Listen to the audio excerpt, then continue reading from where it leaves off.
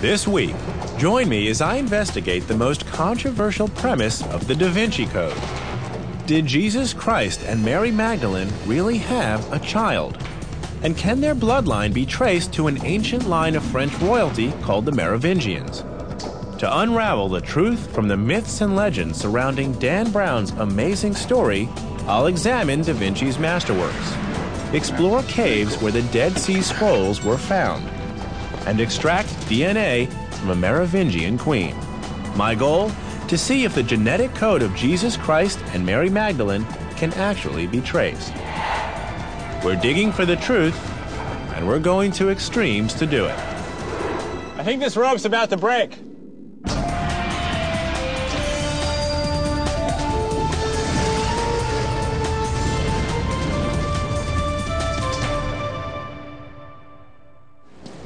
The Da Vinci Code is a global phenomenon, a best-selling book and a major Hollywood production.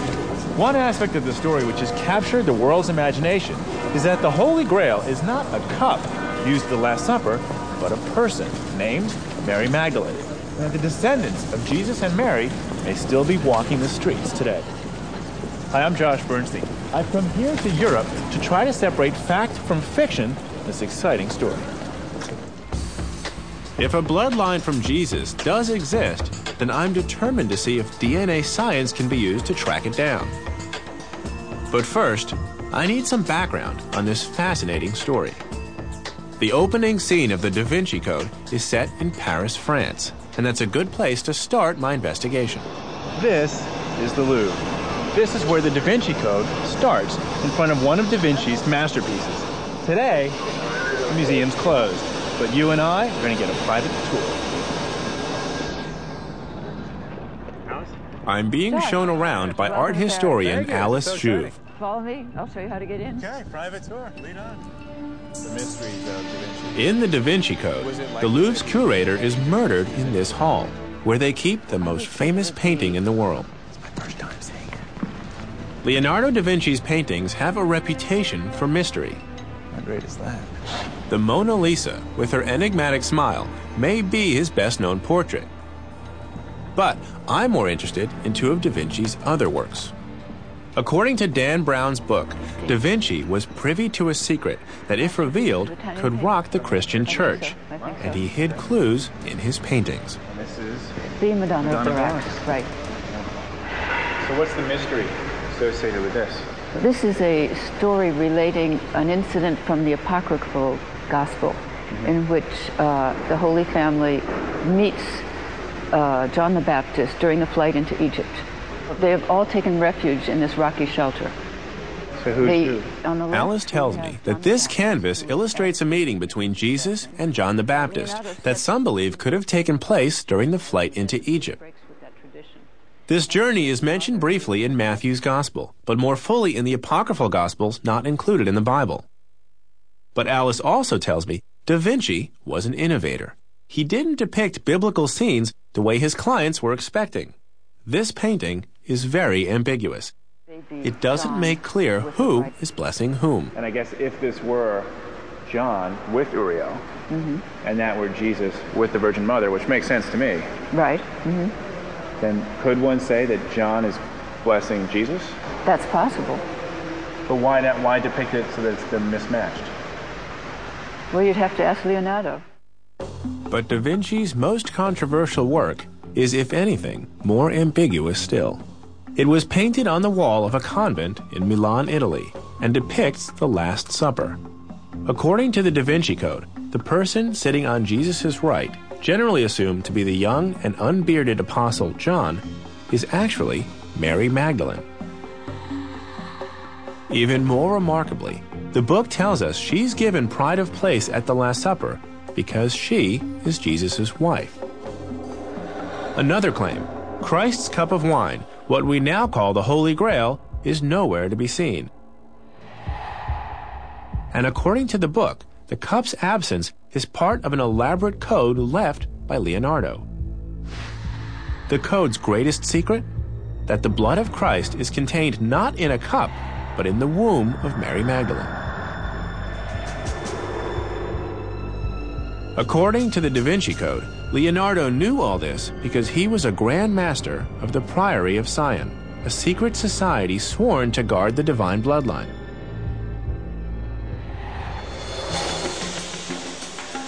I need to know more about the mysteries surrounding the Priory of Sion.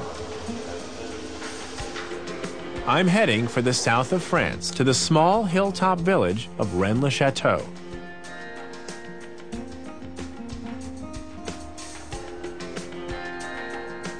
It's rumored that this is the place where in the 19th century the secrets of the Priory of Sion were first exposed. The man who blew their cover? One Béranger Saunière. Saunière was the parish priest of Rennes-le-Château. He was not a wealthy man, but suddenly and mysteriously he came into money. Lots of money.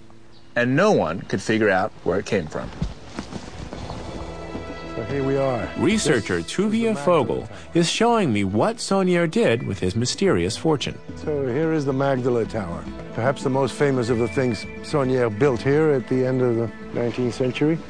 It looks like a 15th century fortress, but it was in fact his library. He kept hundreds of books in this room here and spent days studying. And he actually built this from scratch. Oh yeah, there was nothing there before. Well, where did he get the money to do extensive renovations or construction like this? Some people say he was selling masses. Some people say he was paid by European nobility to find documents concerning their lineage. But he got money from somewhere, and it was, for the time, pretty big money, too. Tuvia also tells me of another theory, that Saunière's fortune came in the form of hush money, paid to keep knowledge of the divine bloodline under wraps. But when Saunière spent this fortune on building projects, one person was evidently at the forefront of his mind, Mary Magdalene. Isn't it a bit odd that he would have built a tower to a woman that the church viewed as a prostitute? The whole of the south of France is covered in churches dedicated to Magdalene. It's a very widespread cult. Gotcha. Tuvia explains that it's not just the tower that Saunière dedicated to Mary Magdalene. He also named the church after her. Béranger Saunière did all of this after he allegedly discovered some documents in a hollow pillar. Apparently, they revealed a completely different, shocking history of Christianity, and detailed a bloodline that stretched from Jesus Christ to a 6th and 7th century French royal dynasty, the Merovingians. But unlike many of the claims in the Da Vinci Code, the Merovingians really did exist. Was there anything else in this church that was discovered or hidden? Well, actually, 4 years ago, there was a radar scan carried out, and right down the aisle here, in the middle of the church, the radar said that there is a hollow. It would seem that at least 4 or 5 meters from the altar to where you are, there is a crypt underneath here, which wouldn't be strange. Almost half of medieval churches in Europe have crypts below them. You're saying radar tests confirm that there's an empty space below me right now? Exactly. And it's very likely that it is the burial place of some Merovingian nobles, or who knows, maybe even a Merovingian king. But how did Mary Magdalene become linked with the 6th century French royal family? And could that link be a genetic one? Coming up, I head to the Mediterranean coast to learn the legend of an amazing 1st century journey and enter the crypt of the Merovingian kings and queens. My quest for the truth behind the Da Vinci Code has brought me to the Mediterranean coast of France. Dan Brown's novel makes an extraordinary claim, that Jesus Christ was married to Mary Magdalene, and that their bloodline can be traced through a royal family of France. Could such a remarkable story possibly be true? Whoa! Welcome to the Camargue, a place world famous for its wild horses. This place is also known as the point of arrival of some very special travelers. Yeah! According to local legend, it was here that Mary Magdalene and her companions arrived by boat from the Holy Land. According to this legend, they were fleeing the Romans, and they had good reason to escape.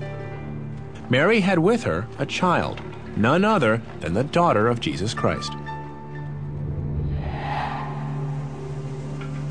This church dominates the town center of Sainte-Marie-de-la-Mer, dedicated to Mary Magdalene and her fellow traveler, Mary Salome. Oh, look. The two Marys. The two Marys. Author Tim Wallace Murphy is here to tell me about the legends that still surround this church. And today, this church is dedicated to the two Marys. So the plaque on the outside would have us believe, and so the Catholic Church wishes to believe. But in popular imagination, and particularly amongst the worldwide gypsy community, it's dedicated to the child Sarah, who is celebrated very strongly in the crypt.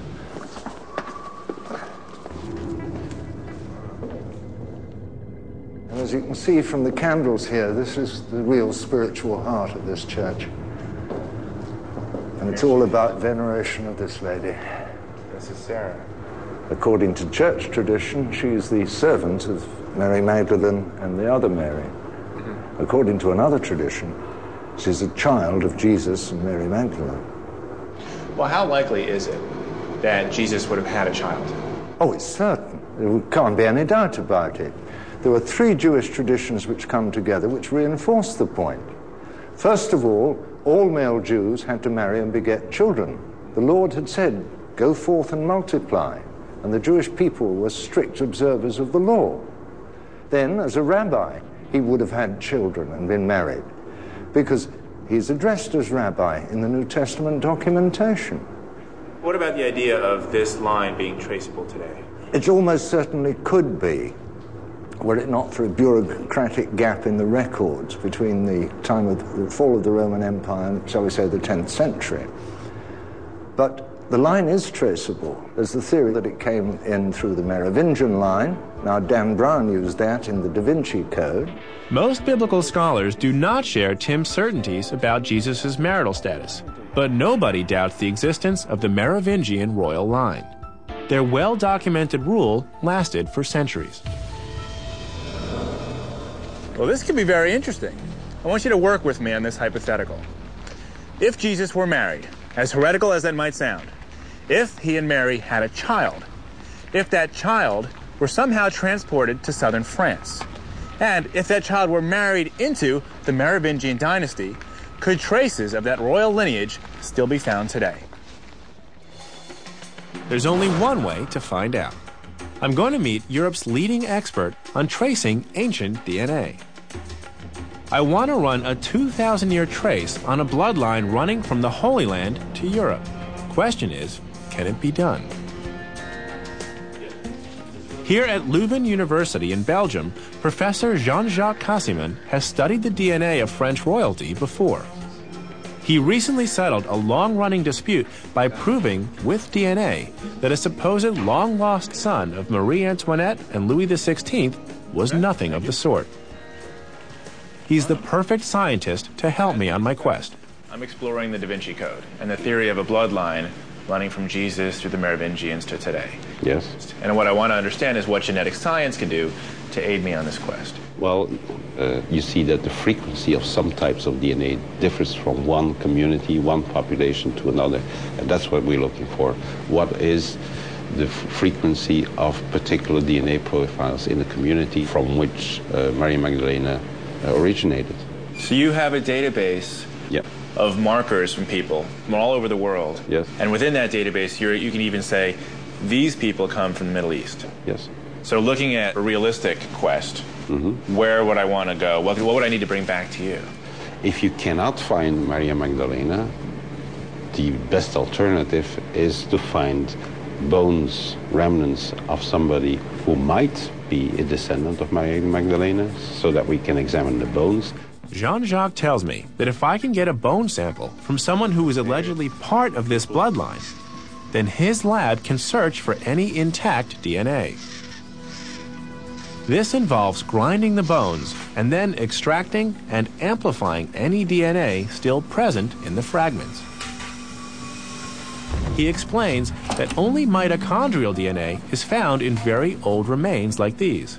It's a type of DNA that can remain intact for thousands of years. So let's go with the assumption that I somehow am able to get Yeah.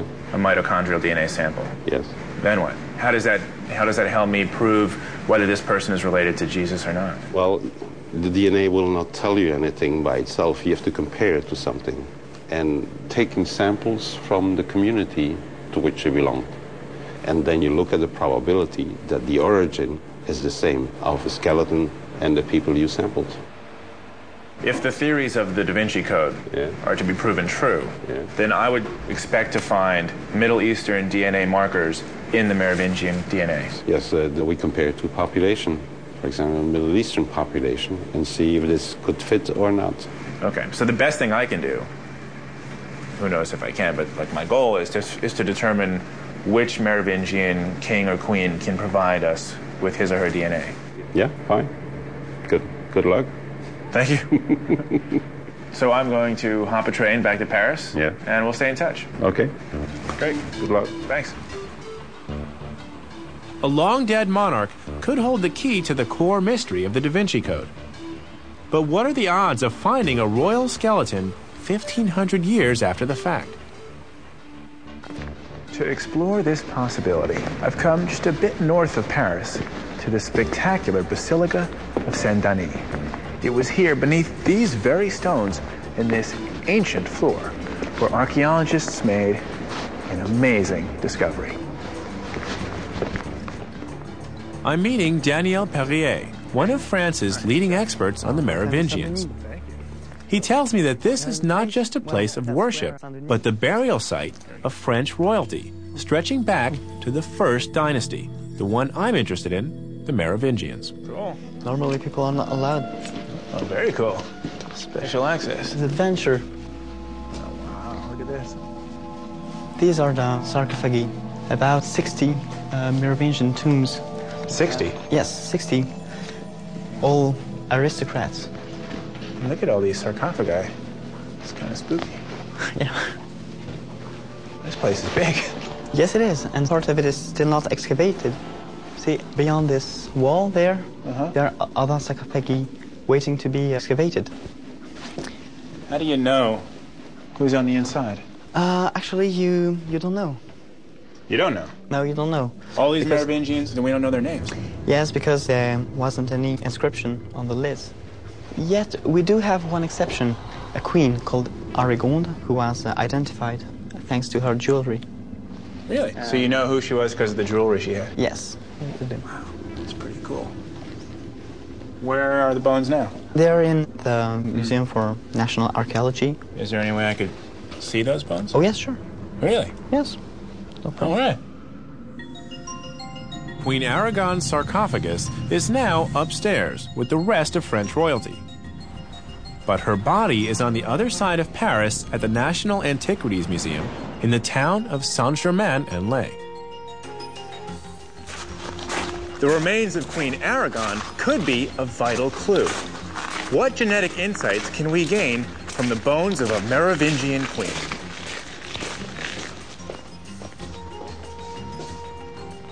In the laboratory of the French Antiquities Museum, Daniel is going to show me the remains of Queen Aragon.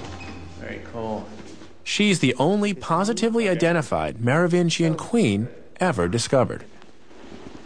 This is Queen Aragonde. And you mentioned that we know who she was because of some jewelry. Yes, we know she was Queen Aragonde because of this ring. You can still read Aragondis Reginae, which in Latin means Queen Aragonde. This Queen Aragonde. Daniel tells me that we know a fair bit about Queen Aragonde from ancient texts. She was the wife of King Lothair, and they lived and ruled in the middle of the 6th century. It is from Aragon that all of the Merovingian royal family descended. The Da Vinci Code claims that the bloodline extended right through the Merovingian line. If so, Aragon's DNA is a good place to look for signs of Middle Eastern ancestry. Daniel, have any DNA tests been done yet on this body? Unfortunately not. So far it has not been possible. What if I can make it possible? Well, that would be amazing. Yeah. Really. So if there's a way that I can arrange for a proper DNA test to be done on this, what do we need to do? What can I test? DNA testing implies destroying some objects. So maybe just a tooth.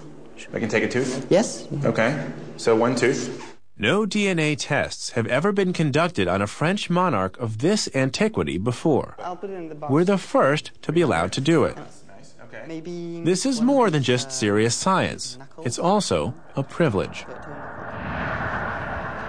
According to geneticist Jean-Jacques Cassiman, if the bloodline of Jesus entered the Merovingian line, then Queen Aragon's DNA could contain a marker indicating Middle Eastern origin. What I need to find out next is which community living today has the closest DNA profile to Jesus and Mary Magdalene. Jesus' spirit may have been divine, but Jesus' body was definitely human. So perhaps I can learn more about that bloodline by studying the community he came from. It's time to visit his ancient homeland, the state of Israel. Coming up, I pick up the trail of the mysterious Mary Magdalene and rappel into ancient caves in search of clues about what happened to her after the crucifixion.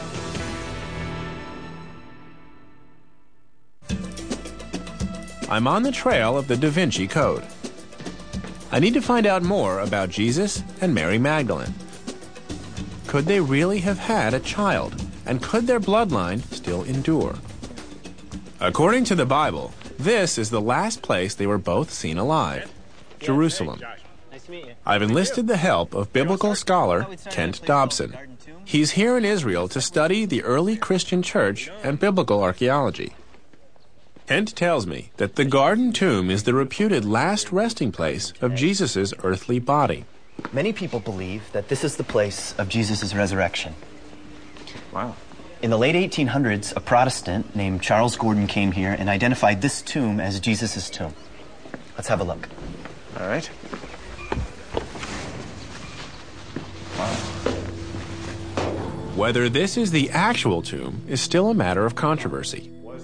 Likewise, the location of Jesus' appearance after his burial remains the subject of debate. But what no one disputes is the Gospel's account of who first witnessed the resurrected Jesus. It was Mary Magdalene. So Kent, walk me through the steps immediately after the resurrection. Okay. Well, according to the Gospels, a group of women come to the tomb of Jesus, probably to mourn. And according to the Gospel of John specifically, it's Mary Magdalene who has that first conversation with Jesus here in the garden. At first, she doesn't recognize Jesus. She thinks he's the gardener. But over the course of time, she realizes who she's talking to and utters Rabboni, probably in Aramaic, meaning my rabbi. Wow. Well, what's the significance that the first person to see Jesus after the resurrection is first a woman and second Mary Magdalene? Well, it's definitely intriguing because this is a relatively patriarchal society, and you would think if you wanted to write an authoritative account of a dramatic event like this, you would want the witnesses to be male. And in this case, they're all women. In fact, they go to the disciples, and the disciples don't even believe them. So it is interesting. Well, could this be what Dan Brown is calling the sacred feminine, the prominence of the women in this culture? It does appear that the Gospels are lifting up the position of women as followers of Jesus, giving them an important voice and an important place. And if Jesus did, in fact, have female disciples, that would make him much more of a revolutionary, because rabbis didn't typically have female disciples. It's amazing that in such male-dominated times, this pivotal moment of Christian history was witnessed by a woman. But what's even more amazing is that this is the last time we hear of Mary Magdalene in the authorized Bible. Through the ages, many legends have evolved about what happened to Mary after the crucifixion. According to one legend, Joseph of Arimathea, the owner of the Garden Tomb, spirited her out of Israel immediately after Jesus' death. He was fearful that the same authorities who crucified Jesus would also go after anyone associated with him, especially the one person said to be the closest to him, his wife, Mary Magdalene. This is the version of events described in the Da Vinci Code. But is there any evidence to support this theory? According to the Da Vinci Code, clues to the true story of Jesus, Mary Magdalene, and the real Holy Grail were found here in the Qumran caves in the Judean desert. So I've come for a closer look. A Jewish sect, the Essenes, lived in the hills above the Dead Sea around the time of Jesus. They are the likely authors of a collection of parchments called the Dead Sea Scrolls. The Da Vinci Code claims that these documents, along with others found in Egypt, tell an alternative version of the events following the death of Jesus. So now, the rappel. How far down is it? It's about 160 feet. Ooh, good. All right. It should be fun. Yeah. All right. See you at the bottom.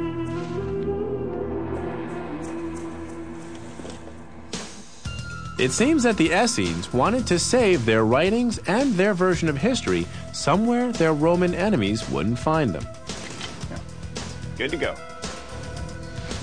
And they succeeded beyond their wildest dreams. Right. The Dead Sea Scrolls weren't discovered until 1947. I want to see for myself where these documents were hidden and how they could have remained a secret for 2 millennia.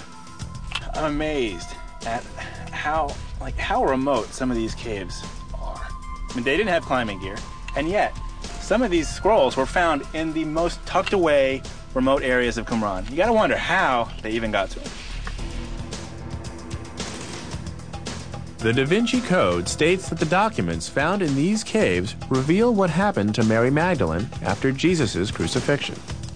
But what do these documents really say about Jesus and Mary?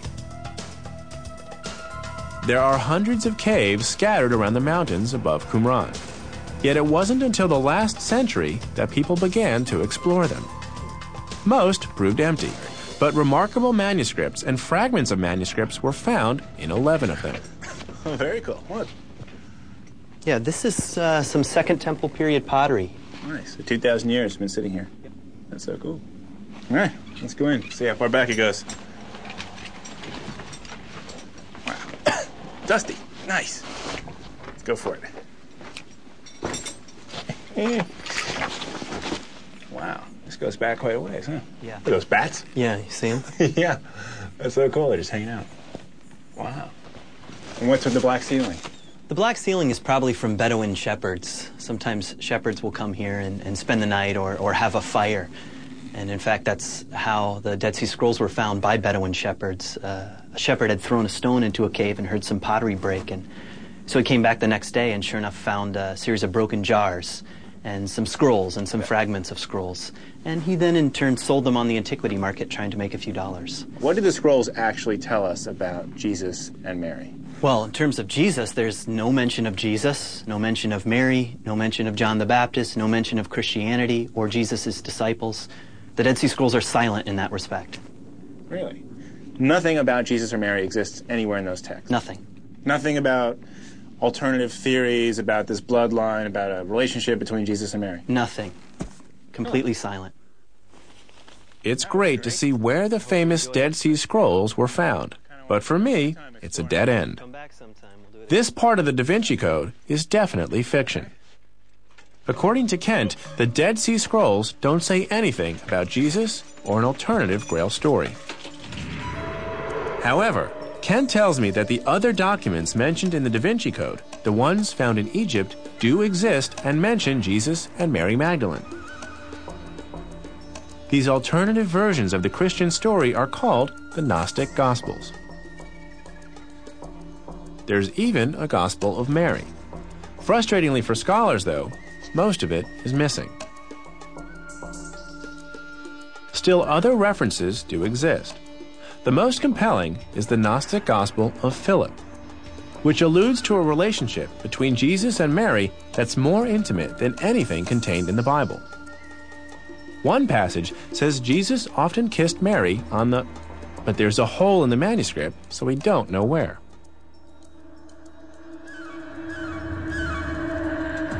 It's certainly intriguing, and I'm determined to find out more about Jesus and Mary Magdalene and the community they lived in.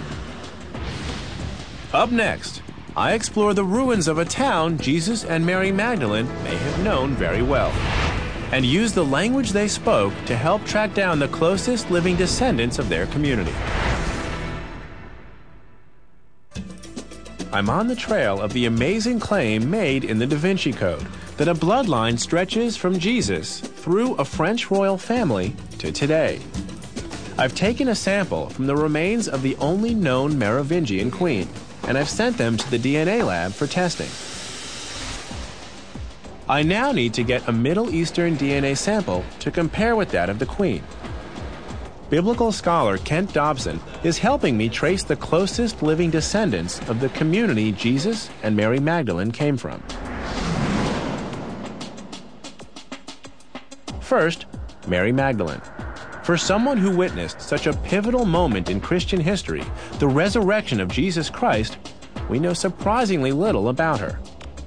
In fact, the only real clue we have is her surname, Magdalene. Scholars think it means from Magdala. Okay, what is this place? Well, it's not a typical tourist site, that's for sure. There's no modern settlement called Magdala, but Kent has brought me to some ruins off limits to most people, near the town of Migdal in the Galilee. Special permission today. Wow. What do these pillars tell us? Well, these pillars tell us that this site goes back to the 1st century, the time period of Jesus. Much of the architecture you see here is Roman. Look at this. Yeah. What about the pottery here? Are these from the same period? Sure. Pull some up. Just little pottery fragments. You find these all over. It's almost like the litter of the ancient world. Kent says what he really wants me to see are the remains of this ancient building.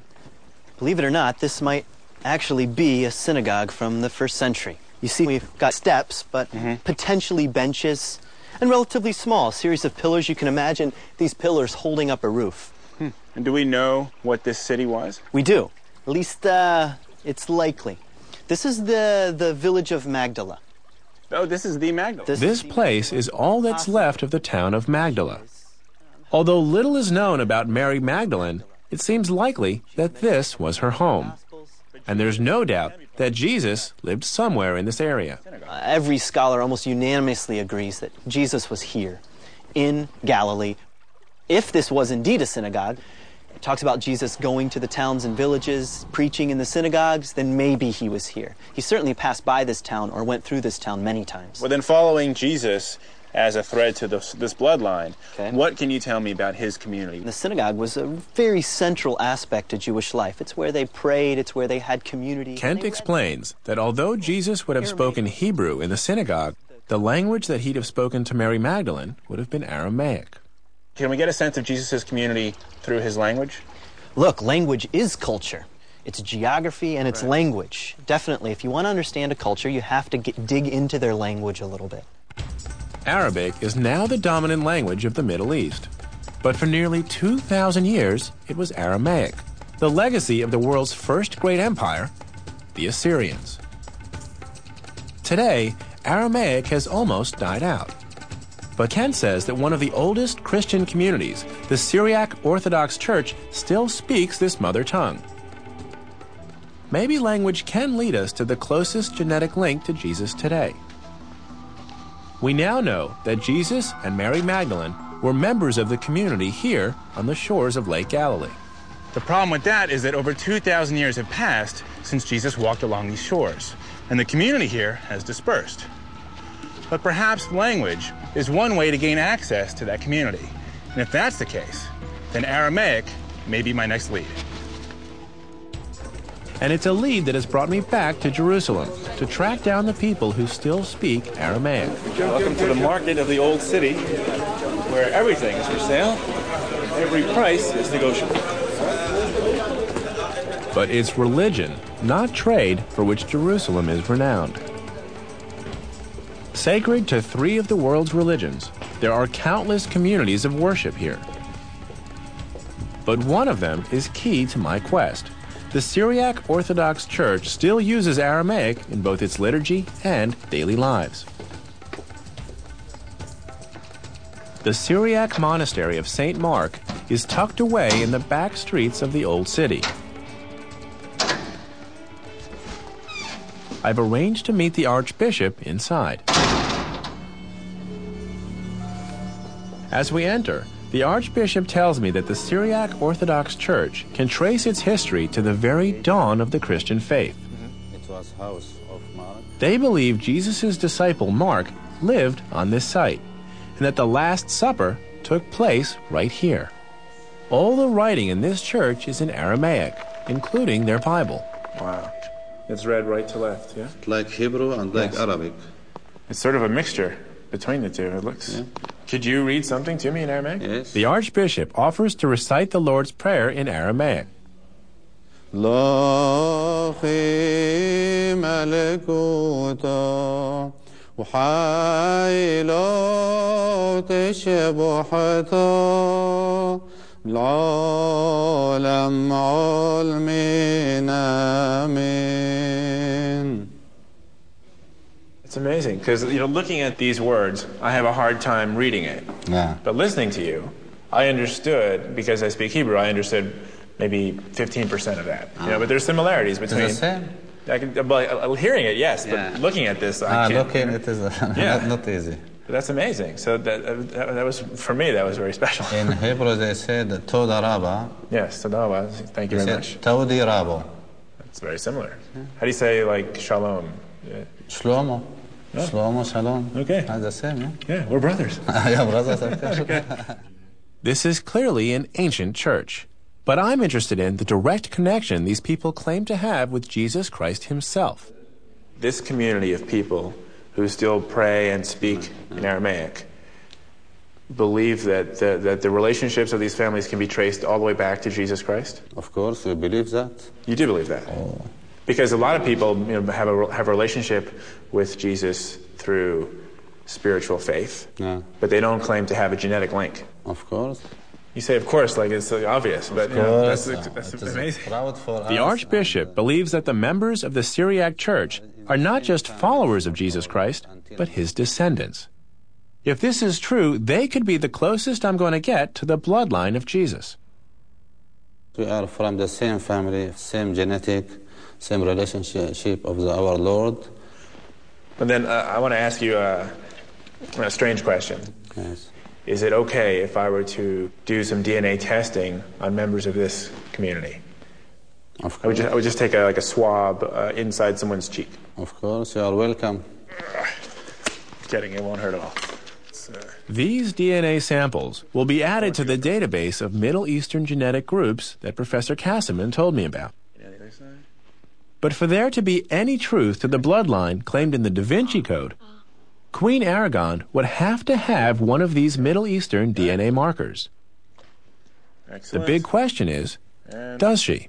done. Thank you. Well, I have viewed artistic masterpieces, probed secret societies, and sampled royal DNA. Now it's time to take these swabs back to Western Europe and put all the pieces together. Up next, I learn the truth about the documents that are the basis of the Da Vinci Code, and I use genetic science to reveal whether there could possibly be a bloodline stretching from Jesus Christ and Mary Magdalene to today. I've been following the trail of the Da Vinci Code, trying to separate fact from fiction. I've traveled through Europe and the Middle East looking for evidence of a bloodline linking Jesus Christ with a French royal dynasty. I've tracked down the bones of a 1,400-year-old queen and looked for matching DNA evidence in the most ancient community of Christians in the world. Processing the DNA samples takes time, so I'm going to explore one last mystery while I wait for the results. According to the Da Vinci Code, a secret society, the Priory of Sion, protects the secret of the bloodline. The only evidence for the existence of this secret society is a list of its members, contained in a collection of documents called the Dossier Secret. But what do these documents actually mean? Well, I'm now at the Bibliothèque Nationale, the French National Library, and I've just been given special permission to view them. Let's go take a look. The Dossier Secret caused a stir when they were first made public in 1975. They became the basis for several books, including the Da Vinci Code. They're now stored away in the vaults here. but Alice Jouve has arranged for me to see them on microfiche. These are the dossiers secrets. Right, that is. Where did these come from? Well, they were deposited with the Bibliothèque Nationale in 1967. All right. So this is exciting. What does it say? Can we see? Yeah, sure. You'll see that it's a collection of newspaper clippings, documents, letters, maps. We have a genealogy of the Merovingian line here, showing Dagobert II. Oh, yeah, sure. This name's familiar. He was the Merovingian king that was assassinated in 679. Gotcha, okay. Alice shows me that there's one genealogy charting the Merovingian line right up to the 20th century. Wow, so this is the basis of the Da Vinci Code. Yes, but it's all a hoax. Wait, what do you mean? It's all a fabrication by Pierre Plantard. No historical proof has been found that there ever existed a line from Dagobert II to today. Wait, all of this? Right. Mm-hmm. All these people? They're all made up. Huh. All right, what else is in this? There's another interesting document, and this is a list of the Grand Masters of the Prior Sion. And you'll notice there's Leonardo da Vinci here. Oh, yeah, there he is. Leonardo da Vinci, 1510, 1519. So this, at least part of the story is true? No, nothing is true, because the Prior Sion didn't exist until 1956. Wait, hold on. 1956? 1956, right. By the same person who was fabricating the genealogies? Exactly. Mm-hmm. So both of these aspects are completely fake. Right. In fact, Pierre Plantard, the man who created the Dossier Secret, confessed under oath in 1993 that he'd made it all up. It seems that the documentary evidence for this bloodline, as described in the Da Vinci Code, is a 20th century fake. But as we've seen, the belief that Mary Magdalene made it here to Europe has been around for centuries. I'm heading back to Leuven University in Belgium, where Professor Jean-Jacques Cassiman and his team have been analyzing the samples I've gathered. There's still one question left to answer. Can a genetic link be made between Jesus Christ, Mary Magdalene, and their community in the Middle East, and Queen Aragon and the Merovingian dynasty? Let's go find out. Jean-Jacques told me that this was a long shot. Extracting DNA from a 1,400-year-old bone is difficult. And when they're the bones of a queen of France, you can be sure the pressure's really on. Thank you. So I've come to hear the news. Okay, well, there's some good news and there's some bad news. We have examined 6 different pieces of the skeleton. And in 5 of those, we cannot use the results because either there was no DNA. Jean-Jacques tries to find at least 2 identical DNA sequences from a skeleton as a double check. But unfortunately, he hasn't yet found 2. But the good part is there is one piece, one bone from the foot, which gave us a very clean sequence and indications that there was quite sufficient DNA there. This is big news, right? You get the first DNA from a Merovingian royal person. Yes, absolutely. Absolutely. Okay. How does that DNA sequence compare to the sequence of Middle Eastern families? Well, the sequence we have up to now clearly is a typical European sequence. European and not Middle Eastern? Definitely, it's a characteristic of European populations. If it's European and not Middle Eastern, then the idea of a royal bloodline going from Jesus through the Merovingians into the modern day is suspect. You'd need a miracle. It's a nice story. It is a nice story, but I think a lot of people are hoping that there are parts of this that are just true in that divine way, and we're seeing now that the House of Cards is collapsing. Well, science is not helping. Yeah, that's clear. I've now learned that not only is the documentary evidence for the secret Priory of Sion a fake, but DNA science has all but discounted the possibility of a bloodline from Jesus Christ and Mary Magdalene. The Da Vinci Code is a very clever interweaving of fantasies and legends that have evolved during the last 2,000 years. And they're sure to intrigue people for years to come. But one thing's for sure. When viewed through the eyes of history, the Da Vinci Code is more fiction than fact.